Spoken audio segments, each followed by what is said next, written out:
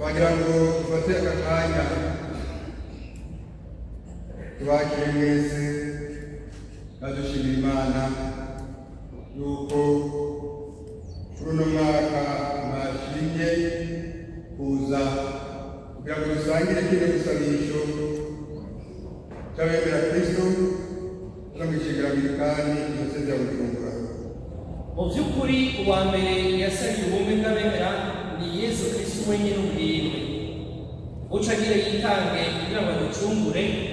Umukama Yesu yarasabye abigishwa biwe be n'abazomwemera ijambo ryabo, aho yagira ati bose nibabe umwe nk'uko wewe dawe uri muri jewe, nibabe ariko babe umwe nabo nyine isi igeze yemere ko wantumye.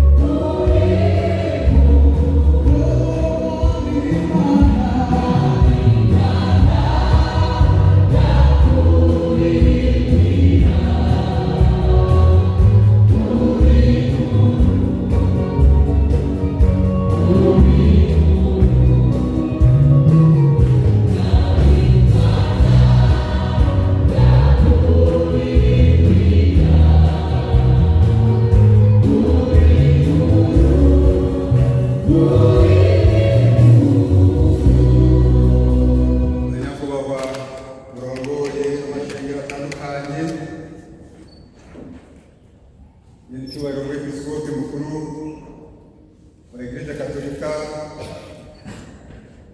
diyoseze nkuru ya Bujumbura, banyakubahwa barongoye amashengero, banyakubahwa mwihebeye Imana, bakristo dusangiye kwemera mwese mwaje muva mu mashengero atandukanye yemera Yesu Kristo, nyakubahwa barongoye senete, nyakubahwa umunyamabanga mukuru wa senete, nyakubahwa umunyamabanga mukuru wa province y'ishengero Anglikani mu Burundi, mwese abitabye kino gisabisho, turabaramukije amahoro y'umukama wacu Yesu Kristo.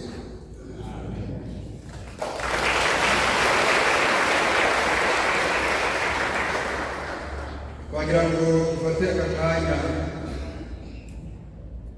tubakire mwese badushimira Imana yuko kuri uno mwaka mwashimye kuza kugira ngo dusangire kino gisabisho cy'abemera Kristo no mwishigara Anglikani diyoseze ya Bujumbura.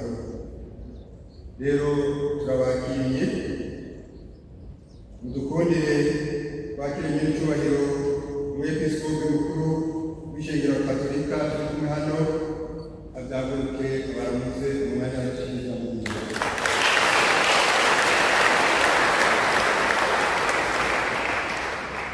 Bakire abavuye mu ishengero kandi diyoseze Kristo Batiste n'abapastori bazaba barongoye babyaguruke tubakire diyoseze Kristo Batiste.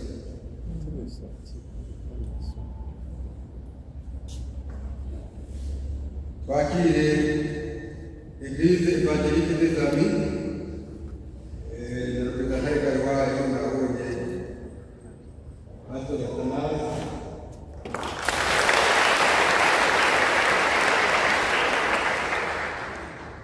Twakire Église méthodiste libre n'abandi barongoye abo muri iyo Église méthodiste libre turabona.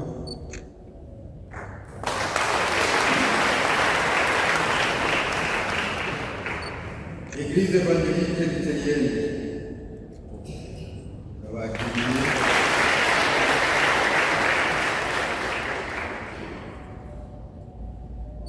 Église baptiste.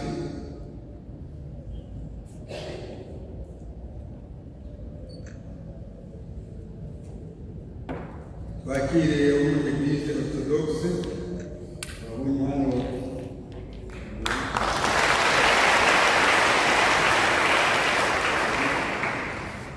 Église de la Vierge.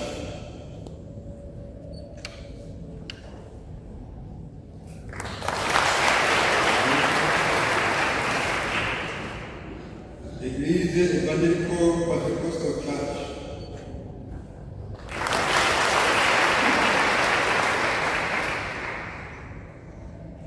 Église armée du salut.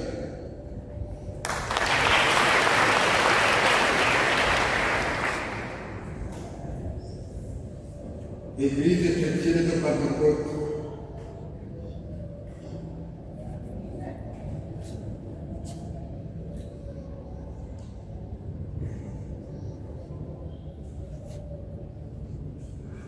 Église méthodiste unie.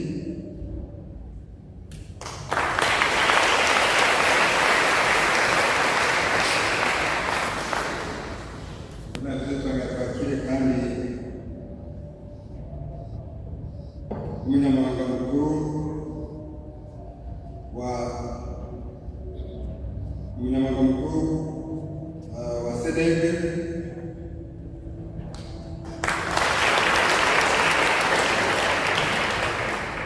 umunyamabanga mukuru wa Église Anglikane, professeur wa Église Anglikane,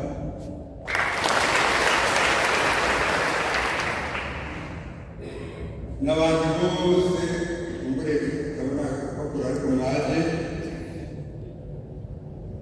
abasacerdote, abafurera, ababikira, abapasitori mwese n'ishengero mwese turabakiriye.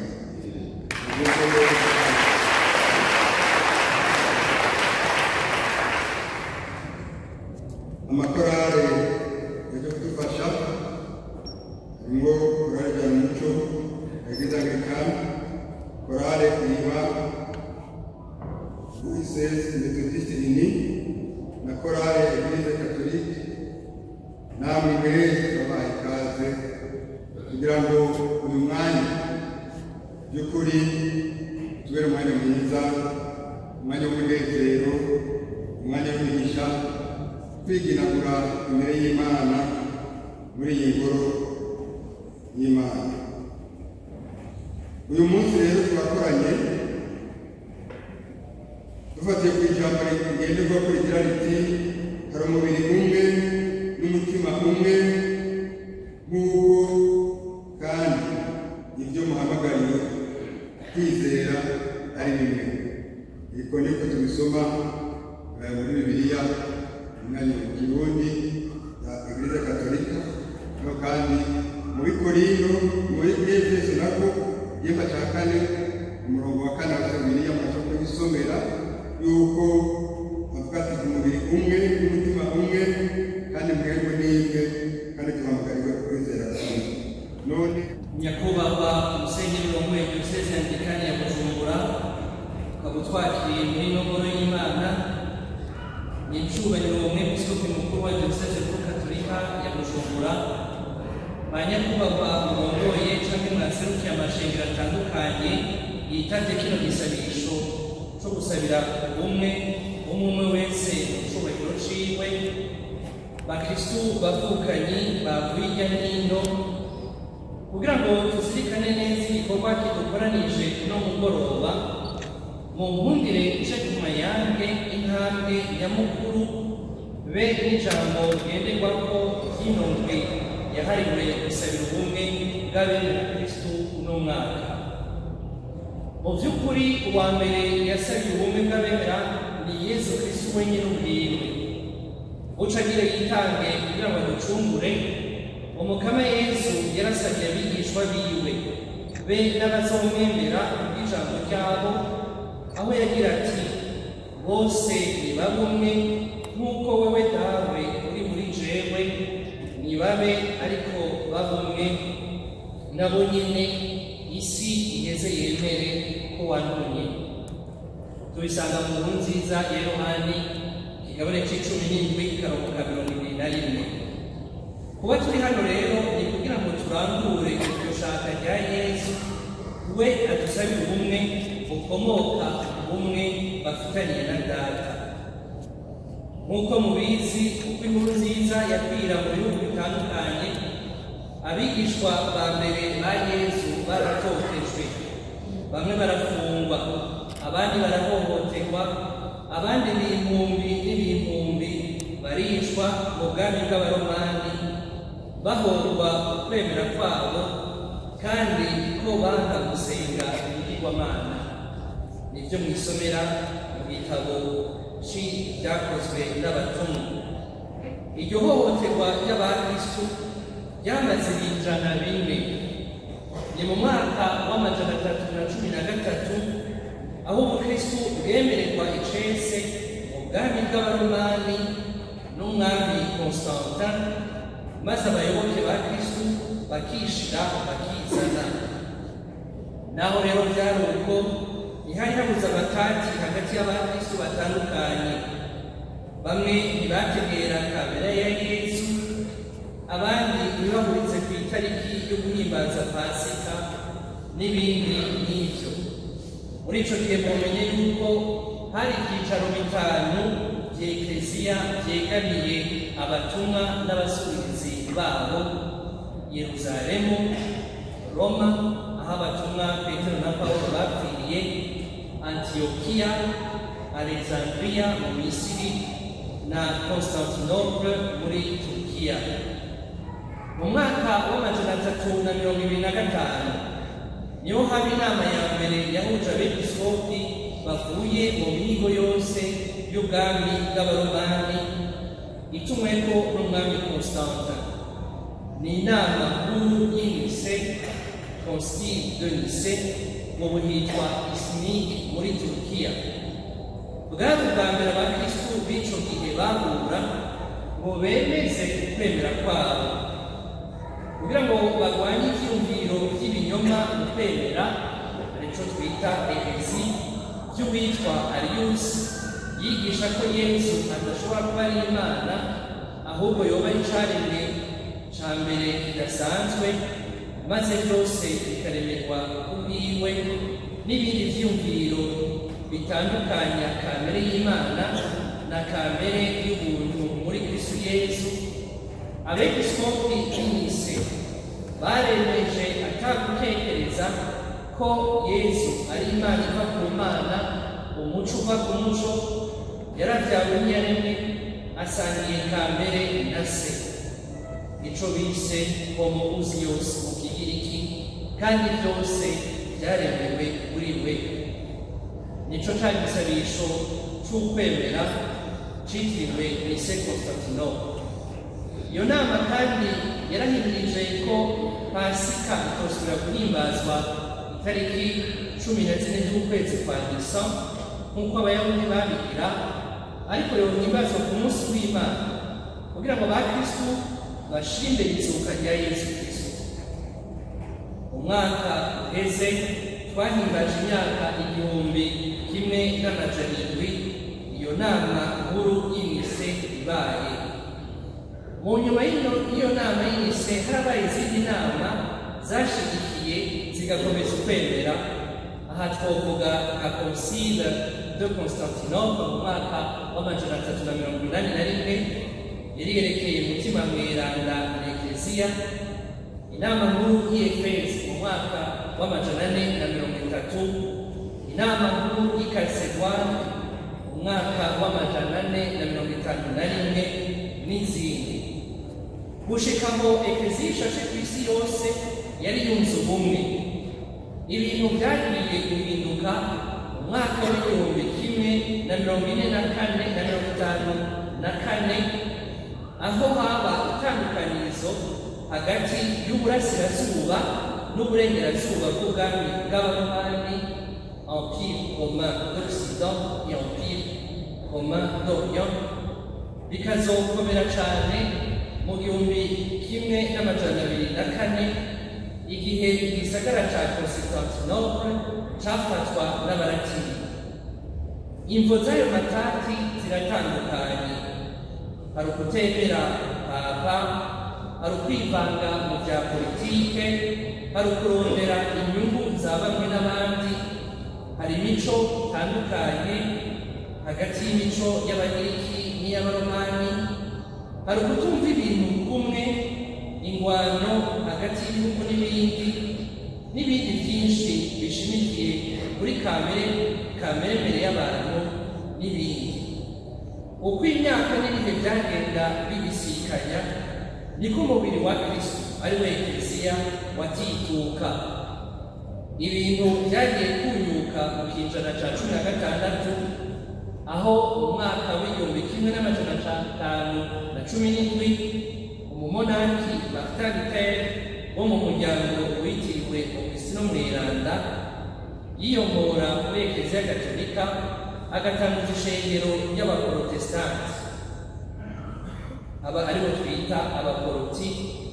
Nayo yabyaye abandi benshi nk'Abaluterien, Abakalviniste, Ababatiste n'ayandi. Muri ico kinjana nyine niho umwami Henri w'umunani yatanguza ishengero rya Anglikani yiyongoye ku ntwaro ya papa, akaba yigize umutwe wa Ekleziya iri mu Bwongereza, aho hari mu mwaka w'1534. Mu nyuma y'ico kinjana hagiye haza haravuka amashengero menshi atandukanye. Muti none inondwi yo gusabira ubumwe bw'abemera Kristo yavuye hehe? Yazananye hehe? Intambwe nyamukuru zadushikanye ku gisabisho cyo gusabira abemera Kristo ni izi zikurikira. Mu mwaka w'1740 havutse mu gihugu cya Ecosse umuhari w'Abapentekote wari ufitanye ubucuti n'amashengero yo muri Amerika. Uwo muhari wigisha ko mu ntumbero yo kunagura ukwemera babwirizwa gusabira amashengero y'Abakristo aho baba bakoraniye hose.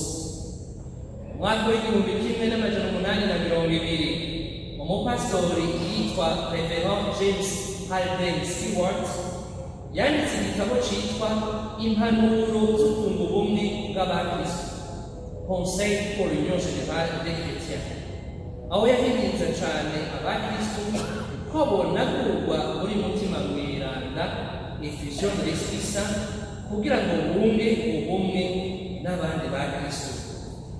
Mu mwaka w'1840 Reverend Ignatius Spencer yahavuye yakirwa mu nyuma muri Ekleziya Gatolika. Niwe yifuje cyane ko hoba gushira hamwe no gusabira ubumwe bw'Abakristo. Mu mwaka w'1867 inama ya mbere y'abepiskopi b'Abangilikani y'Lambeth niho mu ngingo zayo yategekanije kuzoza barasabira ubumwe bw'Abakristo. Mu mwaka w'1894 Papa Leo wa 13 niho yabwira Abakristo ko mu kiringo cya Novene ya Pentekote, no kuvuga igisabisho cy'iminsi 9 irongora itegura Pentekote, vyoba vyiza iruhande yo kwambaza umutima mweranda basabiye ubumwe bw'Abakristo. Mu mwaka w'1908 niho bwa mbere umupatiri yitwa Paul Watson yashinga akongera agahimbaza igisabisho cy'iminsi 8 cyo gusabira ubumwe bw'abakristu, Octave pour l'unité des chrétiens. Mu 1926 umugwi w'ishirahamwe mpuzamashengero Conseil œcuménique des Églises werekeye ivy'ukwemera niho batangura kuza uriga kandi batanga indinganizo yoshobora gukurikizwa mu ntumbero yo kugira igisabisho cyo gusabira ubumwe bw'abemera Kristo. Umwaka w'1935 mu Bufaransa umupatiri yitwa Paul Couturier niwe yagwaniye cyane ko hohimbazwa indwi mpuzamakungu yo gusabira ubumwe bw'abakristu. Ico gisabisho kigafatira ubumwe bushakwa na Kristu n'uburyo wenyene azotanga. Mu by'ukuri ni muri uyo mwaka iki gisabisho turiko turarangura catangura guhimbazwa Jesu. Mu mwaka w'1958 ikigo citiriwe ubumwe Kristu Unité des Chrétiens cyo mu gisagara c'Lyon mu Bufaransa cifagikanije n'ishirahamwe mpuzamashengero Conseil œcuménique des Églises niho catangura kuza kiratanga icivugo c'ino ndwi yo gusabira ubumwe bw'abemera Kristo. Mu mwaka w'1964 Papa Paulo wa gatandatu n'umwungere mukuru patriarche w'Aborthodoxe Athenagoras w'i Constantinople niho bavugiye hamwe igisabisho cyo gusaba ubumwe. Uwo mwaka nyene niho hafutwa ibihano byo byatandukanya aba-Orthodoxe n'abakatolika, bikaba byari bibaye bwa mbere mu myaka 1000. Mu mwaka w'1968 nibwo bwa mbere inondwi yo gusaba ubumwe yahimbazwa Cese hakoreshejwe igisomwa n'ibisabisho byateguwe n'ishirahamwe mpuzamashengero Conseil œcuménique des Églises hamwe n'ibiro bya Papa bijejwe ubumwe bw'abakristu. Mu mwaka w'1975 nibwo bwa mbere inondwi yahimbazwa n'ibisabisho byateguwe n'umugwi muto. Hatanguye umugwi wo muri Australia, ubwo buryo nibwo bugikurikizwa n'ubu.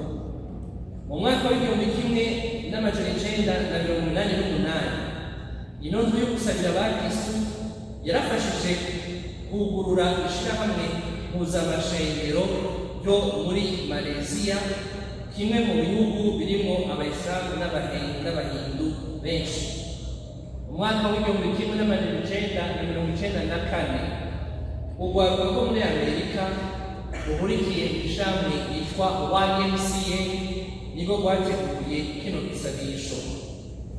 Mu mwaka w'1995 niho Papa Yohani Paulo wa kabiri Mweranda yanditse ikete rikomeye cyane abakristu bose ryitwa Ut Unum Sint, mu kilatini no kuvuga ngo bose babumwe, byo kwemeza uruhara ntashinguka ko Ekleziya Gatolika mu kurondera ubumwe bw'abakristu.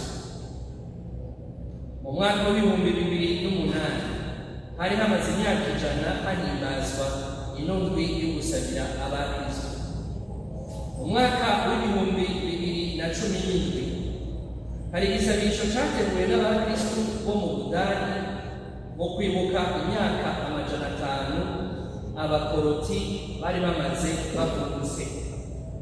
Uwo mwaka narabasa amahirwe yo gushika muri icyo gisabisho, bari bacikiriwe Kirchental mu Budani. Nibwo bwa mbere abakoroti n'abakatolika n'abaorthodoxe mbere barimo bavuga bati ntiturabe kahise kacu mu bidutandukanya, ariko tugasomere hamwe imbere y'Imana turaba ibyo dufasha kunga ubumwe nk'uko Papa Yohani wa 23 yabivuze. Byinshi nibyo biduhuza gusumba ibidutandukanya. Umwaka uheze niho hahimbazwa imyaka 1700 inama nkuru y'Inise yagaragaje ukwemera kw'Ekleziya yose n'ibikagera. Ivyo vyabereye mu gihugu ca Turukiya, bigahuza amashengero yemera Kristu yo kw'isi yose. Niho mbere yaba ubuserukira Abangilikani, yaba umwungere mukuru w'Ekleziya Katolika, yaba abaserukira imiryango itandukanye y'Abaorthodoxe n'amashengero nka yose y'abemera Kristu basubira kugaragariza hamwe kwemera. Intumbero rero y'uno mwaka ni iyihe?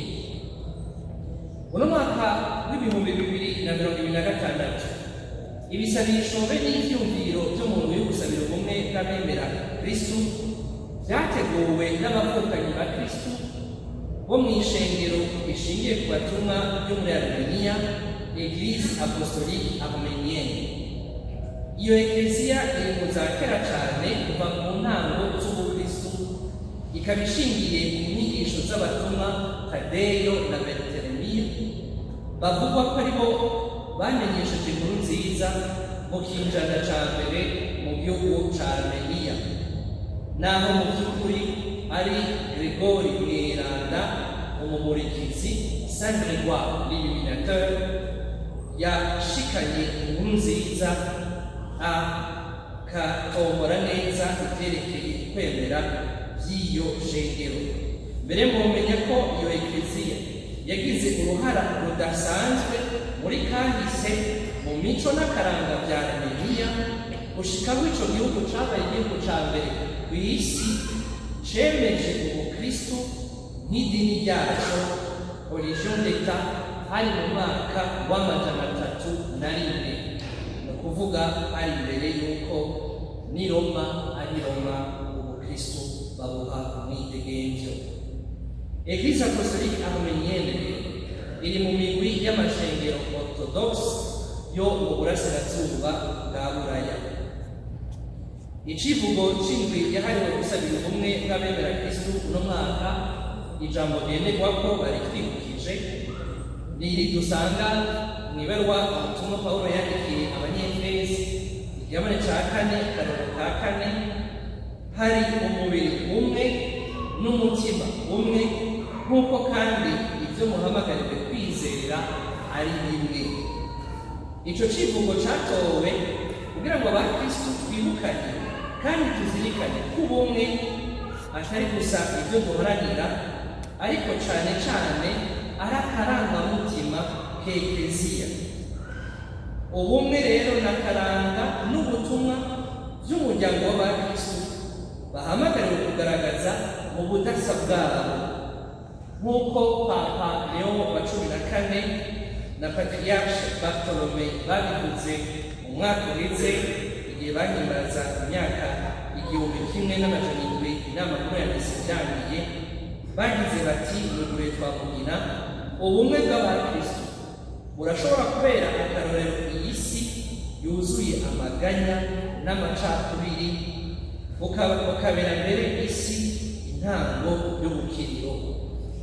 Inyinganizo rero ya kino gisabisho, abo bavukanyi b'Aborthodoxe bo muri Armenia bashimye kubitazira bati umuco uva ku muco, amajambo dusanga mu gisabisho c'ukwemera kw'Inise Constantinople duhava tugaragaza kandi hatyo. Ivyo rero bikatwibutsa ko ni mu gihe twakiriye mu mitima yacu umuco wa Kristu, inzira y'ubumwe izoshoboka, bigatuma twakira abandi ba Kristu mu budasa bwabo, unité dans la diversité.